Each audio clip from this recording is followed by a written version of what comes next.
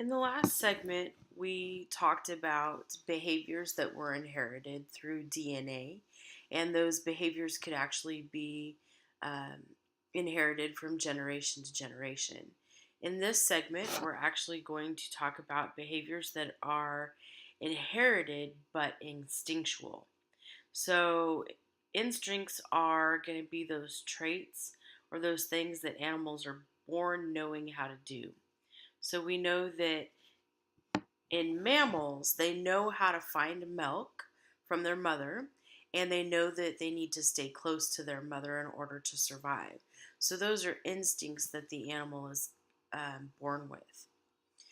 So, other instincts that animals are born with is knowing what is considered cover, like like the hiding cover that we talked about a few lectures ago, and how to hide. So they know the correct position to be in, to be quiet, um, all of those good things, and that will help them avoid predation.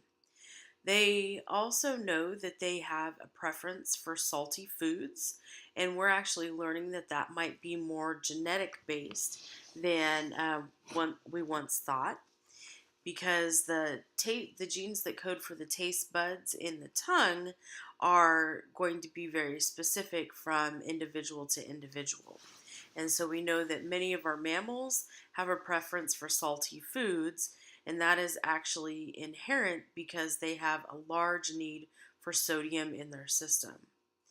And then we also know that animals have a preference for sweet, um, and we think that this may or may not come from the higher amount of protein associated with a sweet feedstuff. So, thinking about forbs in the springtime that have really beautiful flowers on them, those tend to be very sweet in nature. So, when we think about instinctual behavior that is inherited, these can come in various forms. So, if we think of dogs, there are going to be two types of dogs that we use in agriculture a lot.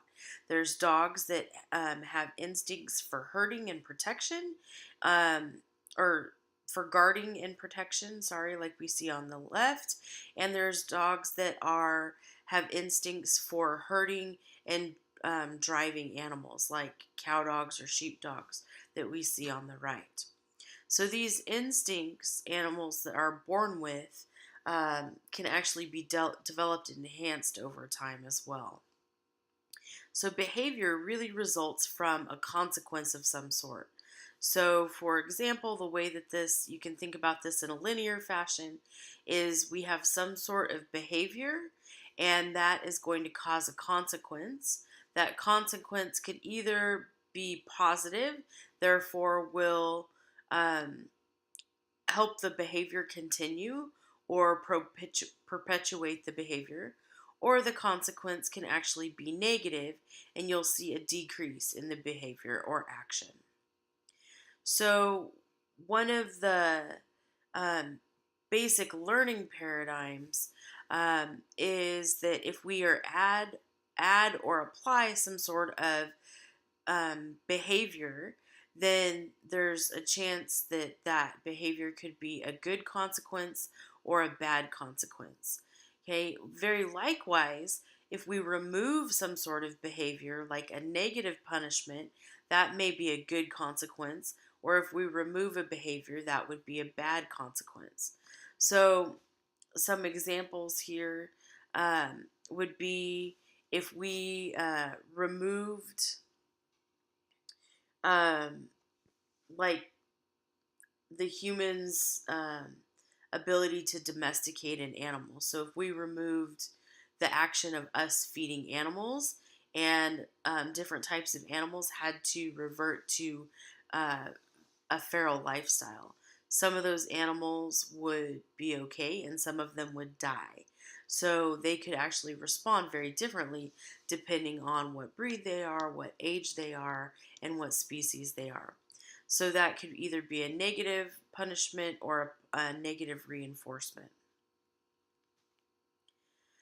So we also know that young animals are going to learn what to eat and what to avoid from their mother. So the mothering instinct is very, very, very important in the early life experiences of young mammals and other animals as well. So we know that a young animal, if they spend lots of time with their mother, especially if they're in a range setting, that mother is going to show them what is safe to eat and how to eat um, that feed stuff. So, for example, in this photograph here, this is a ewe and her lamb eating blackbrush.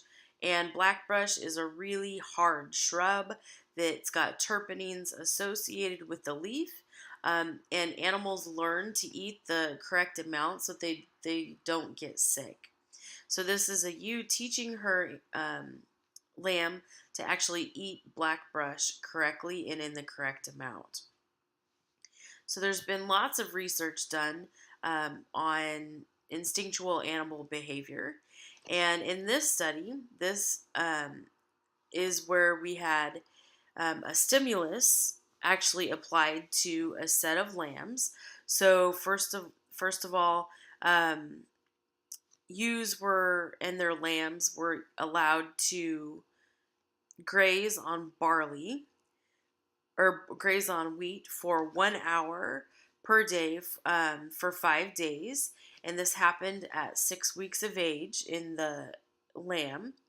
And those animals that were allowed to eat the barley with their mother actually ate a larger amount of total grams of wheat compared to lambs that actually would eat wheat alone by themselves. So they either paired up these lambs with their mothers and sent them out for pasture 1 hour a day for 5 days, or they sent lambs out alone.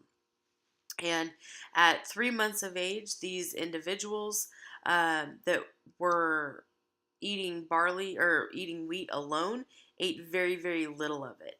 However, if they had ate with their mother at 3 months of age, then they ended up eating a lot of it at 34 months of age as well.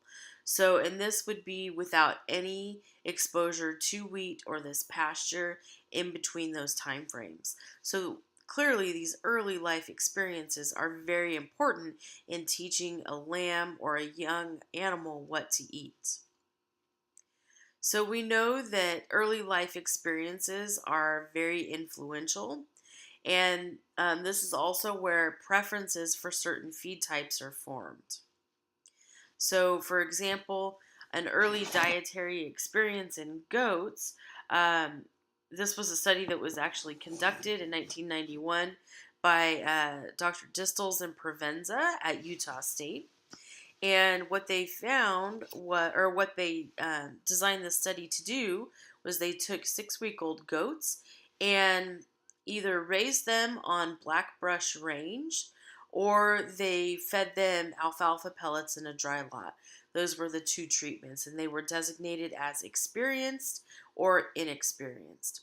The lambs were weaned at the goats were weaned at 26 weeks of age, and at week 28, all goats were offered blackbrush in the pens. What they ended up finding was that the experienced animals that had been raised on blackbrush range ate a lot more blackbrush in terms of total grams compared to the animals that were inexperienced or fed alfalfa pellets. So this again goes on to show that if you invest some time and some energy into making sure that the young animal actually grazes with his mother during that time before weaning on rangeland or on feedstuffs that it's going to be expected to perform on later, they're actually going to develop an affinity and know how to eat those feedstuffs and potentially could last longer in your herd. So again, this is inherited behavior, but we But we know that that inherited behavior can actually be enhanced by these early life experiences, like a lamb, a goat, a calf, or any other young animal learning how to forage alongside their mother early in life. All right, so in the next segment, we're going to pick up more about inherited and learned behavior.